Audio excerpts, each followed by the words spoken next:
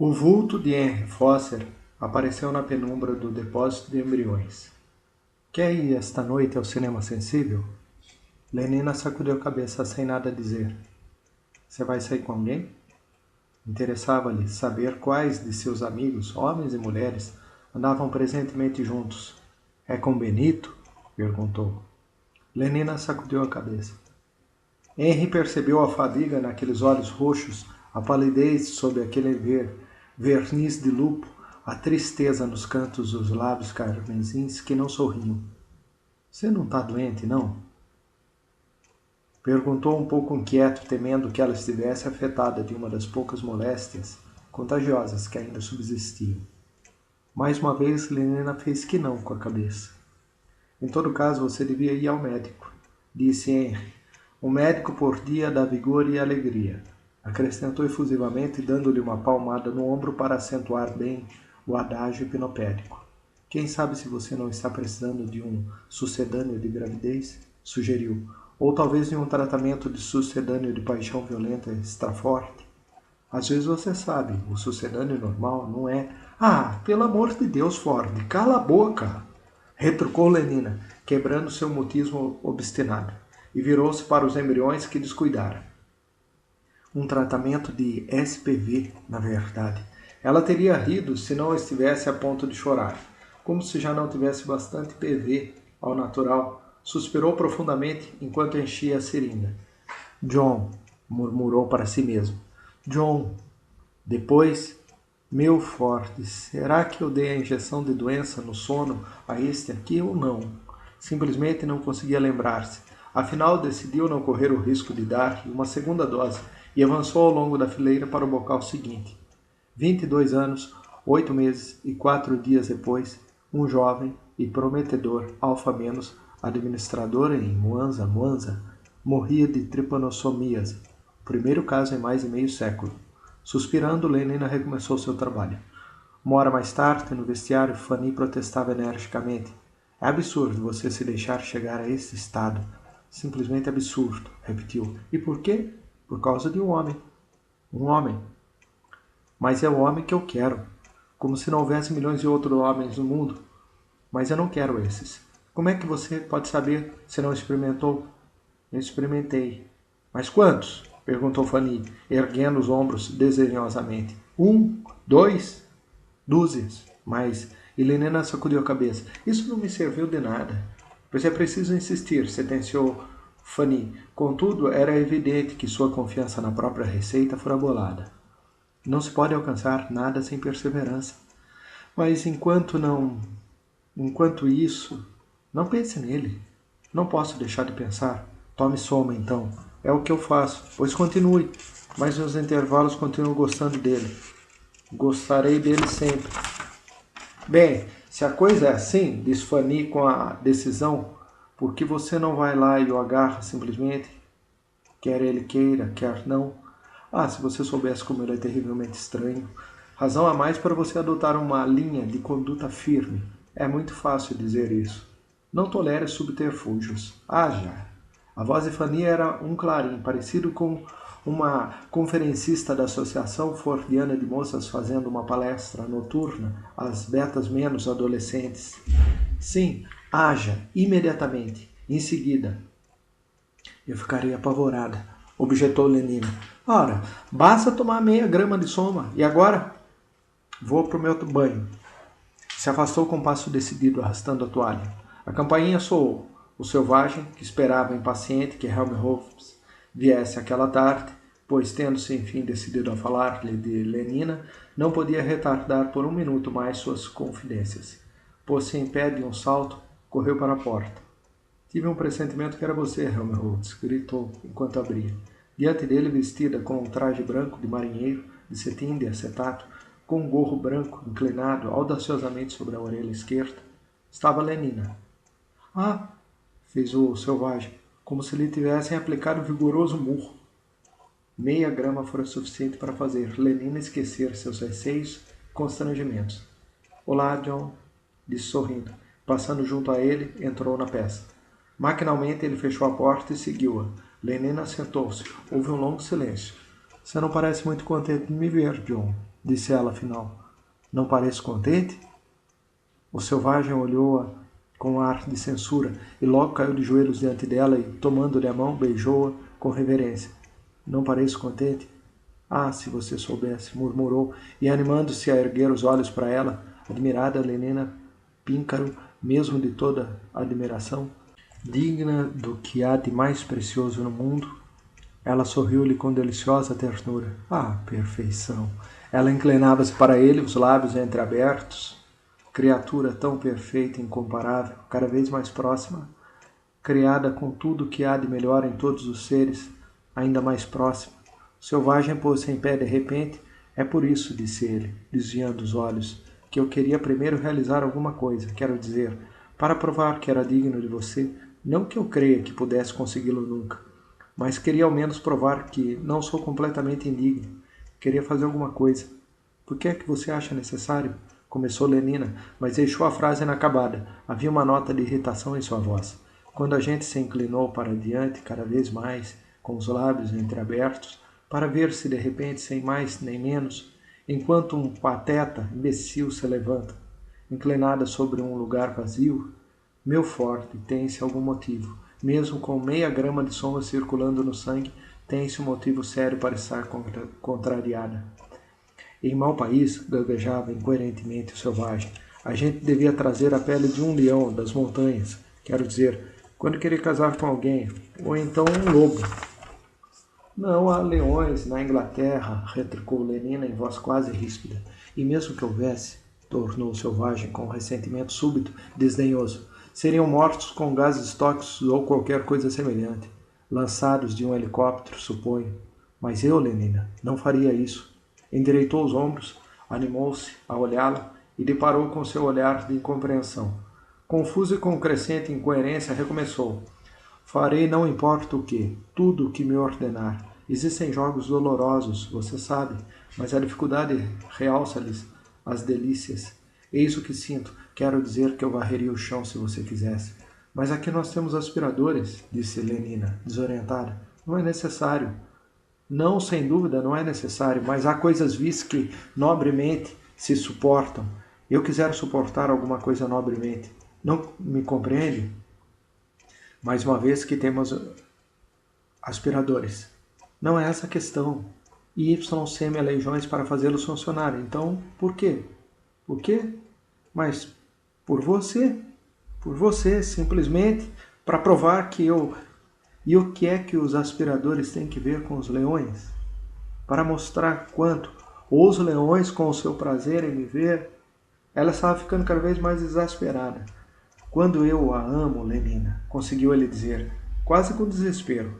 Como um emblema da onda interior de júbilo repentino, o sangue subiu às faces de Lenina. É verdade, John? Mas eu não tinha a intenção de dizê-lo, exclamou o selvagem, unindo as mãos como num paroxismo de angústia. Não antes de... Escute, Lenina, em mau país as pessoas casam-se. As pessoas o quê? A irritação recomeçara a invadir sua voz. De que estaria ele falando agora? Para sempre. Fazem-se a promessa de viverem juntos para sempre. Que ideia horrorosa! Lenina ficou sinceramente chocada. Durante mais que o brilho exterior da beleza, com uma alma que se renova mais depressa do que o sangue, se empobrece e se fana. Que? Também é assim em Shakespeare. Mas, se romperes o nó virginal onde que todas as santas cerimônias, na plenitude de seus ritos sagrados, pelo amor de forte, John, fale direito. Não compreendo uma única palavra do que você está dizendo. Primeiro você me vem com aspiradores, depois com um nó. Você está me deixando louca. Levantou-se de um salto e, como se receasse que ele pudesse fugir-lhe fisicamente, como fazia em espírito, segurou-o pelo pulso. Responda a esta pergunta. Você gosta realmente de mim ou não? Houve um momento de silêncio. Depois, em voz baixa, ele disse, eu a amo mais do que tudo no mundo. Mas então, por que não dizia? Exclamou ela, e estava tão intensamente exasperada que lhe enterrou as unhas no pulso. Em vez de ficar aí dizendo baboseiras sobre um nó, aspiradores e leões, e de me fazer sofrer semanas e semanas, ela soltou-lhe a mão, que repeliu com cólera. Se eu não gostasse tanto de você, disse, ficaria furiosa. e subitamente passou-lhe o braço em torno do pescoço. Ele sentiu os lábios de Lenina unidos suavemente aos seus, tão deliciosamente macios, tão tépidos, tão elétricos, que inevitavelmente se lembrou dos beijos de 3 semanas em helicóptero. Uff, a loura estereoscópica. O negro mais do que real. Horror, horror, horror. Tentou desprender-se, mas Lenina apertou-o com mais força. Por que você não disse? Murmurou ela, afastando o rosto para contemplá-lo. Tinha os olhos carregados de terna censura. O antro mais escuro, o lugar mais propício. Clamava poeticamente a voz da consciência, a mais forte sugestão do nosso pior demônio. Nada poderá jamais transformar minha honra em desejos impuros. Jamais, jamais, decidiu ele. Tolinho, dizia Lenina. Eu desejava tanto, e se você também me queria, por que é que não? Mas, Lenina, começou a protestar ele, e como ela afrouxasse imediatamente os braços e recuasse, acreditou por um instante que Lenina procedia de acordo com sua muda de sugestão. Quando, porém, ela desafivelou a cartucheira de couro branco envernizado e pendurou-a com cuidado no espaldar da cadeira, começou a suspeitar que se enganara. Lenina, repetiu apreensivo. Ela levou a mão ao pescoço e puxou com um longo gesto vertical. Sua blusa branca de marinheiro abriu-se até ao embaixo. A suspeita condenou sem certeza concreta, demasiado concreta. Lenina, o que você está fazendo? Zip, zip. Sua resposta dispensava palavras. Ela desembaraçou-se das calças de boca de sino. Sua combinação calcinha com feixe clair era de um rosa pálido de concha. O T de ouro no arquichentre pendia sobre seu peito.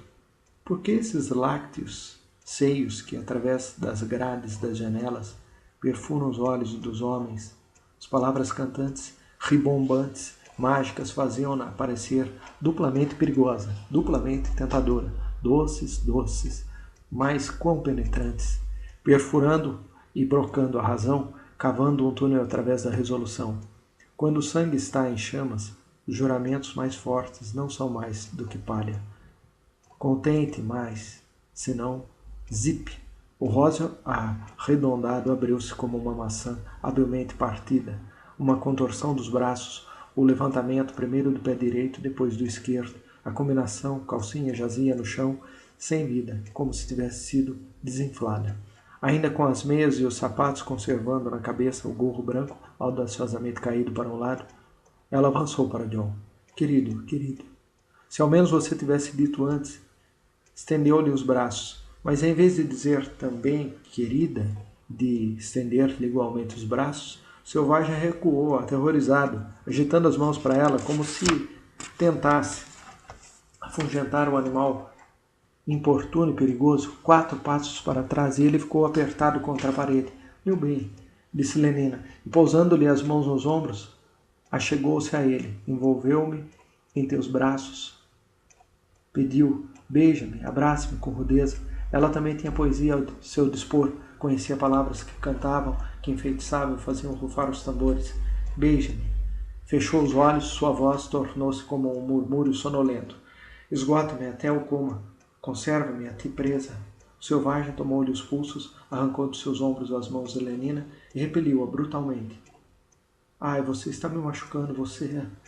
Ela calou-se de repente. O terror fizera-lhe esquecer a dor. Abrindo os olhos, vira aquele rosto. Não, não era o rosto de John, mas o de um estranho feroz, um rosto pálido, desfeito, contraído por um furor insensato e inexplicável. Apavorada, sussurrou. O que é que há, John? Ele não respondeu, limitando-se a encará-la com aqueles olhos dementes. As mãos que seguravam os pulsos de Lenina tremiam. A respiração de John era profunda e irregular, fracamente, a ponto de ser um ruído quase imperceptível, mas assustador. Ela ouviu de súbito ranger os dentes. O que é? Gritou quase num uivo, e ele, como se tivesse sido despertado por seu grito, segurou-a pelos ombros, sacudiu-a. Prostituta. Urrou, prostituta. Impudente cortesã. Ah, não, não, protestou ela, com uma voz que as sacudidas que ele lhe dava tornavam grotescamente trêmula. Prostituta. Por favor, maldita prostituta, uma grama é melhor, começou ela. O selvagem repeliu-a com tal violência que ela cambaleou e caiu. Vai-te, vociferou ele de pé ao lado dela, dominando-a com um olhar ameaçador. Vai-te para longe de minha vista. ou eu te mato. Cerrou os punhos. Lenina levantou o braço para proteger o rosto. Não, John, por favor. Anda, depressa! Com o braço sempre erguido e seguindo com os olhos aterrorizados todos os movimentos de John, ela se pôs em pé e, ainda abaixada, ainda protegendo a cabeça, arremessou-se na direção do banheiro. O estrondo do prodigioso tapa que acelerou a sua saída foi como um tiro de pistola. Ai! Helenina pulou para a frente. Finalmente em segurança no quarto de banho, onde se fechou a chave, teve tempo de pensar em revista seus ferimentos. De pé de costas para o espelho, torceu a cabeça para trás, olhando por cima do ombro esquerdo. Viu a marca de uma mão aberta destacar-se nítida e vermelha na carina. Delicadamente esfregou a região magoada. Fora, na outra peça, Selvagem caminhava de um lado para o outro, caminhava, ao ritmo dos tambores e da música das palavras mágicas. A carriça e a mosquinha dourada entregavam-se à libertinagem sob seus olhos. Elas retumbavam enlouquecedoramente em seus ouvidos. Nem a doninha, nem o cavalo fechado em sua estrebaria se atiram a ela como tão desordenado apetite. Do busto para baixo são centauros, para cima são mulheres. Para os deuses da parte de cima, tudo que fica abaixo pertence aos demônios. Aí é o inferno, as trevas, o abismo, sulfuroso, que queima, que ferve, a fetidez, a corrupção, pá, pá, pá. Dá-me uma onça de almíscar, bom boticário para me purificar a imaginação. John, atreveu-se a dizer, do banheiro uma vozinha insinuante. John, ó tu flor dos bosques, que és tão bela e exalas um perfume tão doce que me fere os sentidos. Esse livro admirável foi, pois, feito para nele se escrever prostituta. Ó céu, a sua aproximação, tapa o nariz. Mas o perfume de Lenina ainda ressentia em torno dele. Sua roupa estava toda branca do pó que perfumara o corpo aveludado da jovem.